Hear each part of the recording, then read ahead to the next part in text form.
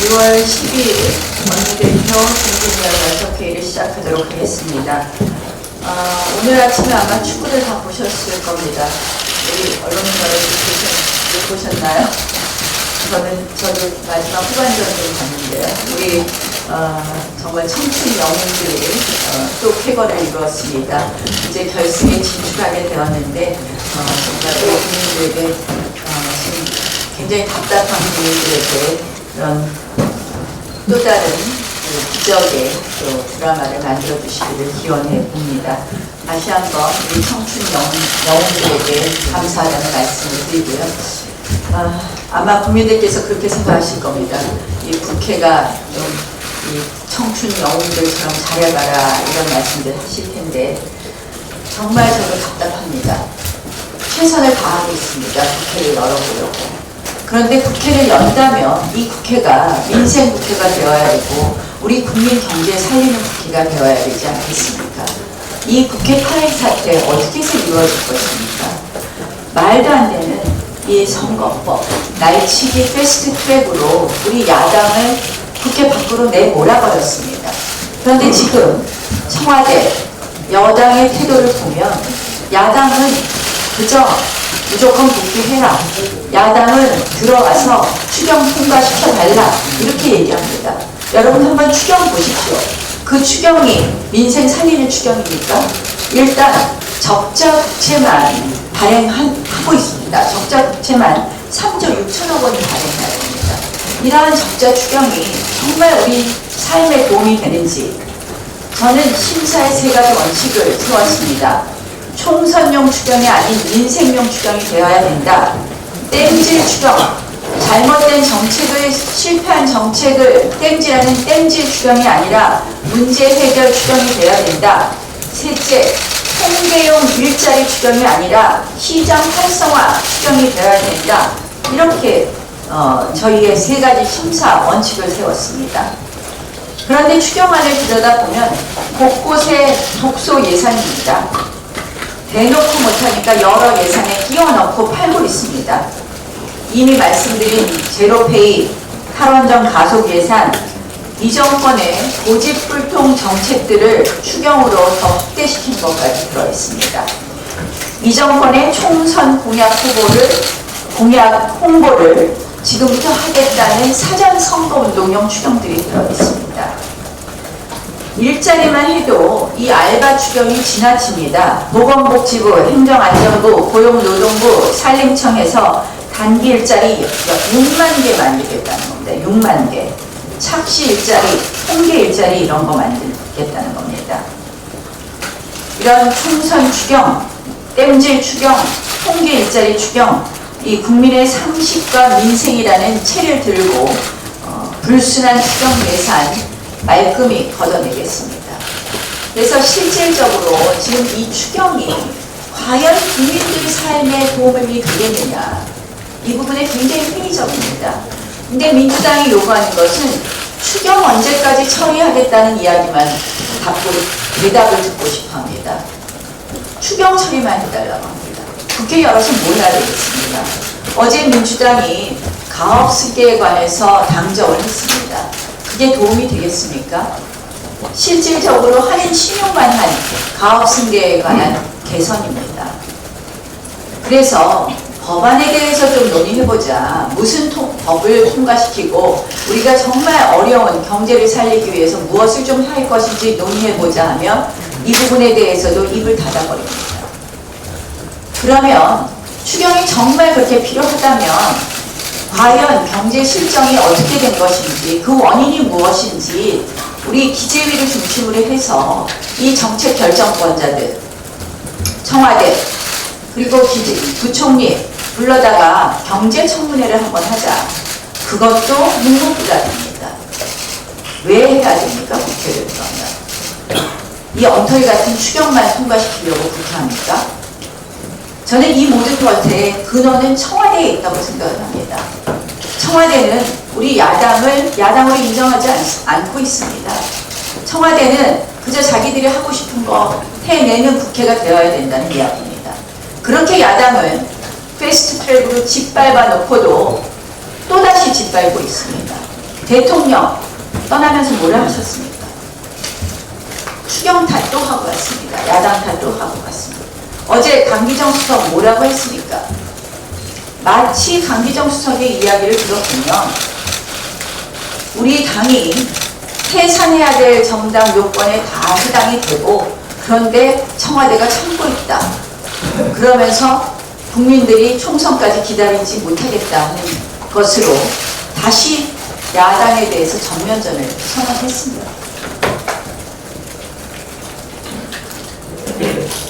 네, 대한민국 헌법에는 정당 해산 요건이 있습니다. 정당 해산 요건의 핵심은 뭐냐? 민주적 기본질서 위반입니다. 여러분들 잘 기억하실 겁니다. 이 민주적 기본질서를 위반한 정당으로 해산된 정당이 통진당입니다.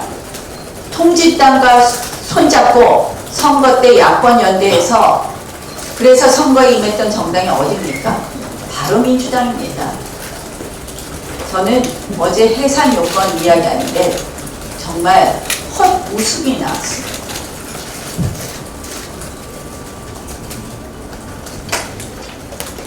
이렇게 강기정 수석이 지금 야당 비판하는 거 강기정 수석 개인의 의견이 아니라 청와대의 생각이라고 생각합니다. 문재인 대통령의 생각이라고 생각합니다. 저는 청와대와 문재인 대통령께 다시 한번 말씀드립니다. 야당을 국정 파트너로 생각하십시오.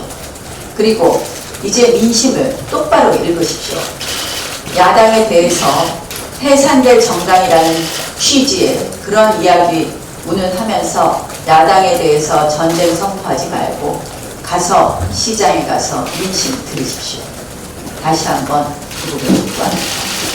저희가 국회에 들어갈 수 있도록 정말 6월 국회에서 무엇을 해야 되는지 진지하게 고민하고 답해 주실 것을 다시 한번 말씀드립니다.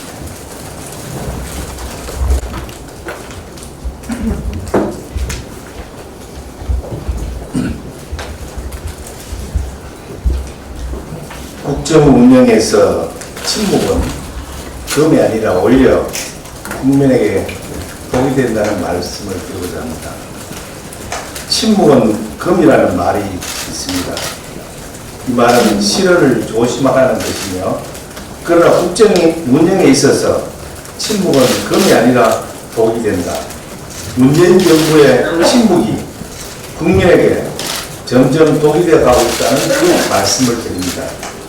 지난주에도 언급했지만 정부가 추진했던 현대중호 물적 분할 사태에서 오직 침묵으로 일관했습니다. 우여곡절 끝에 이사회의 승인을 받았지만 노조에 가로막혀 기업 실사를 못하고 있는데도 여전히 정부의 침묵은 대한민국 조선업 발전과 울산 발전에 독이 되고 있습니다. 미중 간 무역 전쟁으로 인해서 대한민국이 그야말로 난처한 상황에 처해 있습니다. 미국은 반화웨이에 동참하라고 압박하고 있고, 중국은 삼성, SK 하이닉스 등 한국 기업을 불러서 중국 편에 서라고 압박하고 있습니다. 고래 싸움에 새우 등 터지는 상황에서도 청와대는 개별 기업이 자율적으로 결정할 일이라고 말했습니다. 참으로 기가 막힐 노릇입니다. 자칫 한국의 기업들이 망할지도 모르는데도 침묵하는 문정부는 기업에게는 그야말로 독이 되고 있습니다. 최근 민주노총과 한국노총이 소형 타워 크레인 사용 금지와 임금 인상을 요구하며 크레인 조종석을 점거하는 등 불법 파업을 벌여왔습니다. 공사 현장은 그야말로 속수무책으로 멈췄었습니다. 노조가 법체를 훼손하는 등의 아나무인식 불법 행위에도 불구하고 친노조 문재인 정부는 역시 침묵뿐이었습니다. 비노조 타워크레인 기사와 하루하루 생계를 걱정하는 155만 건설 일용직 근로자에게 문재인 정부는 그야말로 독일 뿐입니다. 무능하고 무력한 문재인 정부의 침묵에 의한 독에 의해 대한민국이 우리 국민들이 생사의 갈림길에 서 있습니다. 국민들은 이게 나라다운 나라냐? 정부는 왜 존재하는가? 왜 정부가 필요한지 묻고 있습니다. 다음은 문 대통령의 김원봉 집착 6.25 호국 영령과 유가족이 통곡하는 부분에 대해서 말씀드리겠습니다. 문재인 대통령 취임 후에 대한민국의 정통성이 흔들리고 있습니다. 문 정부는 대한민국의 한반도 유일 합법 정부라고 가르치지 않고 핵무기로 5천만 국민을 위협하는 북을 주적이라 하지 않습니다. 특히 문 대통령의 지난 현충일 추념사는 대한민국 정체성을 부정하는 반헌법, 반자유민주주의 사고를 그대로 보여주었습니다. 문 대통령은 17만여 명의 수국 선열이 잠들어 있는 현충원에 연단에 서서 6.25 남침 전쟁의 공으로 김일성에게 최고 훈장까지 받은 김원봉을 국군의 뿌리라고 언급했습니다. 전쟁의 폐해에서 기적적으로 성장한 대한민국에 대한 그야말로 모욕입니다. 추념사를 들은 많은 국민들이 두 길을 의심했을 것이고 6.25 전사자 유가족들의 심정이 어땠을지 가늠하기조차 어렵습니다. 대통령의 이 같은 발언으로 북한의 6.25 남침에 맞서 싸운 한국군과 유엔군은 졸지에 부정한 집단이 되었습니다. 6.25 전쟁은 한국뿐만 아니라 미국을 포함한 21개국으로 구성된 유엔군이 참전했고 5만 7천여 명의 청년들이 전사했습니다. 당시 이름도 생소한 타국에서 오로지 자유민주주의의 수호를 위해 희생된 이들에게 대통령은 그 희생을 무엇이라고 설명할 것인지, 그리고 이들 나라에서 은혜를 공허할 줄 모르는 배은망덕한 나라라고 손가락질한다면 대통령은 또 무엇이라고 변명할 것인지, 국가 민족 그리고 자유민주주의 역사의 대역 죄인이 되지 않으려면 문재인 대통령은 김원봉 발언에 대해 6.25 유가족들과 자유대한민국을 지키기 위해 희생된 모든 분들에게 사과하기를 바랍니다. 이상. 박근혜 정권 출범 이후 2년 동안 총 지출이 33조 원이 증가했습니다. 그런데 문재인 정권은 출범 이후 2년 동안 무려 69조 원, 지난 정권보다 2배 이상 늘었습니다. 문 정권 들어서 늘 슈퍼 예산 논란이 계속됐습니다. 그런데 지난 2년간 지난 정권에 비해서 69조 원을 퍼부었지만은 경제는 최악입니다. 올 이미 밝혀진 대로 1사분기 GDP 마이너스 0.4% 성장이고 일자리는 최악의 참사입니다. 문 대통령은 한 달 전인 5월 9일 날 하반기 경제 회복이 낙관된다. 한국 경제가 성공으로 나가고 있다. 라고 얘기했습니다. 그러나 불과 한 달도 안 돼서 대통령의 경제수석 비서관은 경제 하방위험이 장기화될 소지를 안고 있다. 라고 정반대되는 얘기를 했습니다. 국민 모두가 알고 있는 경제 위기를 청와대만 아니라고 강변하다가 뒤늦게라도 이제 현실을 아는 것은 다행이긴 합니다. 그러나 문제는 자신들의 책임과 반성은 전혀 없습니다. 오직 대외 경제 여건의 불확실성만을 탓하고 있습니다. 국민의 경제 생활을 망쳐놓고도 아주 무책임한 변명으로 일관하고 있습니다. 이번 추경에서도 재해 관련 예산은 2조 2천억 원에 불과합니다. 나머지 4조 5천억 원은 단기 일자리 사업과 총선용 선심 예산 분입니다. 이래가지고는 경제가 살아날 수가 없습니다. 추경보다 급한 것은 경제 폭망에 대한 문재인 정권의 책임과 반성입니다. 소득주도 성장이라는 잘못된 좌파 실험을 즉각 폐기해야 됩니다. 경제정책의 대전환을 강력하게 촉구합니다. 6월은 호국의 달입니다. 김원봉 부분을 저도 한 번 더 확인하고자 합니다. 문 대통령의 지난 현충일 추념사는 나라를 지키는 선열들에 대한 추념이 아니고 김원봉에 대한 헌사였습니다.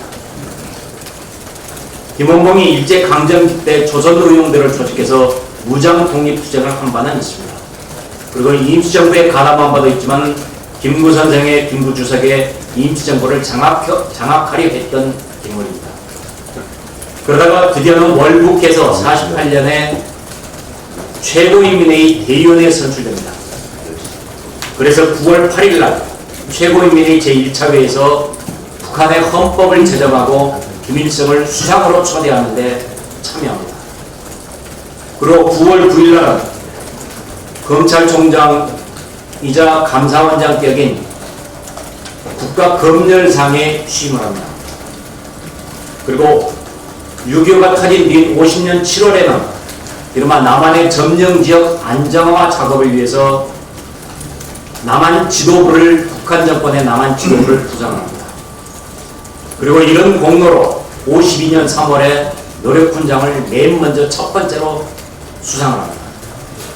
그리고 이어서 52년 5월 달에는 노동부 장관에 해당하는 노동상이 돼서 전시 노동력 동원과 무기 생산을 책임지게 됩니다. 1954년 1월 26일 경향신문에 따르면 6.25 이전부터 남파요원을 파견해 대한민국 정부를 파괴 전복하고 인민공화국을 수립하도록 투쟁하였고 6.25 전쟁 당시는 간첩 난파작전을 직접 지휘한 것으로 나타나고 있다고 보도가 되고 있습니다. 북한 정권 수립에 기여하고 남친 주범의 한 사람한테 대통령이 6.25 전몰자를 기리는 자리에서 칭송한 것은 우리 대한민국의 정체성을 훼손하는 반헌법적인 처사입니다. 김원봉이 국군의 뿌리라면 북한국과 맞서 싸우다 희생된 15만 국군의 장병은, 국군 장병은 자신의 존재와 싸운 폐륜 집단이라는 말입니다. 문 대통령은 지금이라도 호국영령을 모독한 추념사 부분을 취소하고 호국영령과 국민들에게 사과해야 합니다.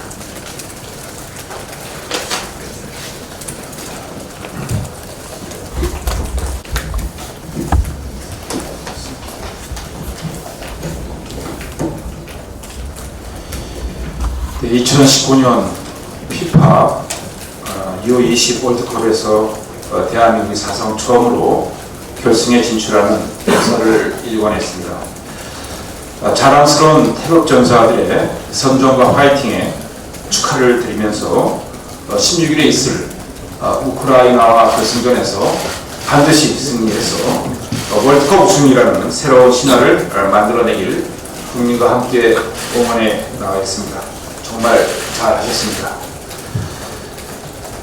문재인 대통령이 핀란드 대통령과 정상회담 후 있었던 공동기자회견에서 북한이 1년 반 이상 핵실험과 같은 도발을 안 하고 있다고 하면서 마치 상당한 성과라는 듯 발표를 하였습니다. 그런데 지금 북한이 핵실험을 안 한다고 위안 삼고 자랑하며 다닐 때인지 되묻지 않을 수 없습니다. 북한은 이미 수소폭탄급 핵무기를 포함하여 수십 개의 핵폭탄을 보유하고 있어서 추가적인 핵실험을 굳이 할 이유가 없습니다. 문재인 정부가 지금 해야 할 일은 북한이 추가적인 핵실험 같은 도발을 안 한다고 국제사회에 부끄러운 줄도 모르고 자랑을 할 일이 아니라 하루빨리 북한이 핵을 폐기하도록 국제사회가 힘을 모아달라고 해야 할 때입니다. 1차 북미 싱가포르 정상회담이 오늘 꼭 1주년이 되는 날입니다. 싱가포르의 합의였던 완전한 비핵화의 진전은 한 발자국도 나가지 못한 채 북한이 핵실험만 안 하는 것만 보더라도 성공한 것이 아니냐라는 황당한 자화자찬에 북한의 비핵화는 물 건너가고 북한의 핵 보유만 기정사실화되면서 우리 후손들에게 핵 인질의 가능성만 물려주는 게 아닌가라는 불안감이 엄습해 옵니다. 문재인 대통령은 물론 트럼프 대통령도 더 이상 북한이 1년 반 이상 핵과 미사일을 도발하지 않고 있지 않느냐라는 눈 가리고 아우하는 식의 자화자찬은 그만두시기를 강력히 촉구합니다.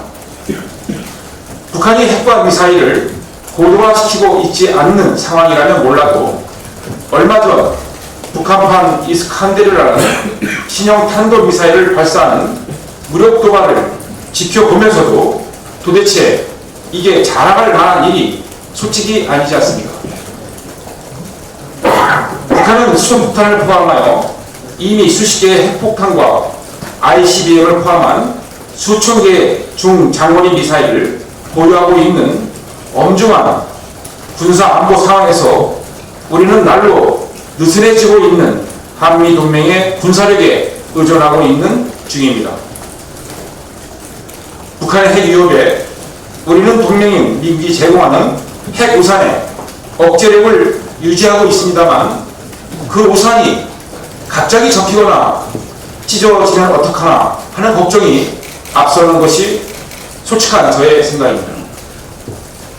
자유민주주의 대한민국을 지키기 위해 수많은 순국선열과 호국 영령들의 희생과 헌신이 있었던 6월 호국보훈의 달에 새삼 대한민국의 엄중한 안보 상황을 다시 한번 돌이켜보지 않을 수가 없습니다. 트럼프 대통령은 싱가포르 1차 북미회담 1주년이 되는 날 김정은 위원장으로부터 아름다운 편지를 받았다고 공개했습니다. 그 아름다운 편지가 북한의 핵 보유를 기정사실화시켜 나가는 시간 벌기용 사탕 발리 편지가 아닌 북한이 핵을 폐기하고 평화와 공동 번영의 길로 나서겠다고 약속하는 편지이기를 진심으로 기대합니다.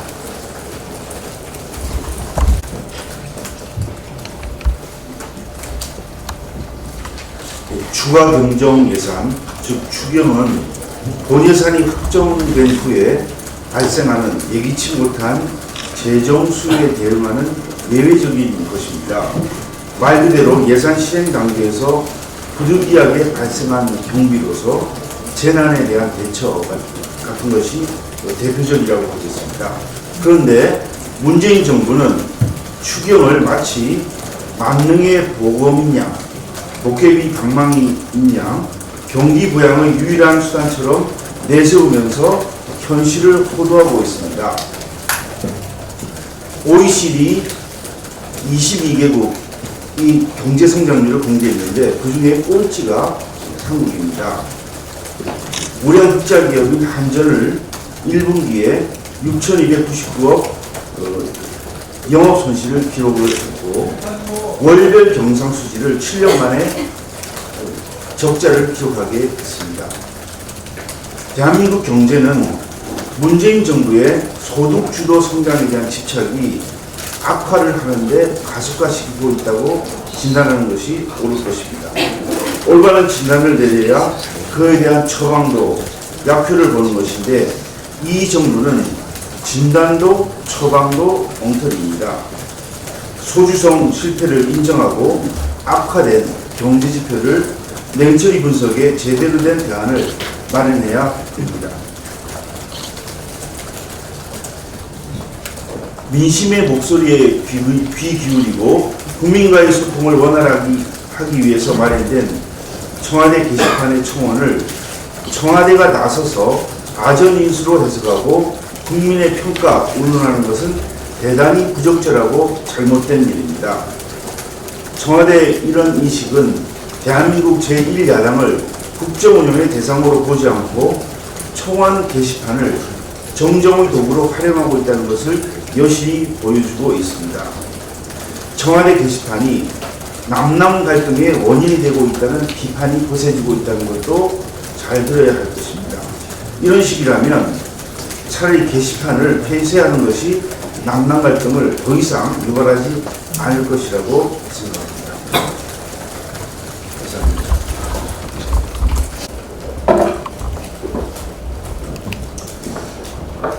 대통령이 북한의 핵실험과 같은 도발이 없어서 지난 1년 반 남북관계 또 북한의 비핵화에 성과가 있었다고 이런 말을 했습니다. 여기에 화답이라도 하는 듯이 외교부는 스톡홀름에서 열린 NPT 관련 국제회의에서 핵 군축은 개별 국가의 안보 현실을 고려하는 가운데 점진적으로 추진돼야 된다는 입장을 밝혔습니다. 이 주장이야말로 북한이 그동안 반복해온 주장이기도 합니다. 미국도 핵을 가지고 있으니 같이 줄이자는 식으로 비핵화 압박에 변명을 해온 바로 북한입니다.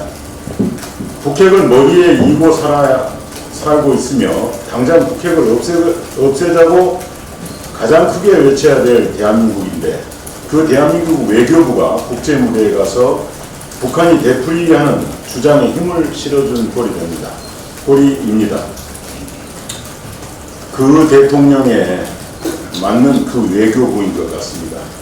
존재감 없는 외교부가 모처럼 대통령으로 이야기에 화답을 했습니다. 미국은 일관되게 최종적이고 완전히 검증된 비핵화 FFVD를 이야기합니다. 그런데 미국과 비핵화 공조를 맞춰가야 될 대한민국 정부가 점진적 비핵화를 논의했다는 것 자체가 사실상 완전한 비핵화 전에 제재 완화 같은 꼼수에 여전히 매달리고 있다는 현 정부의 속내를 보여주는 것입니다.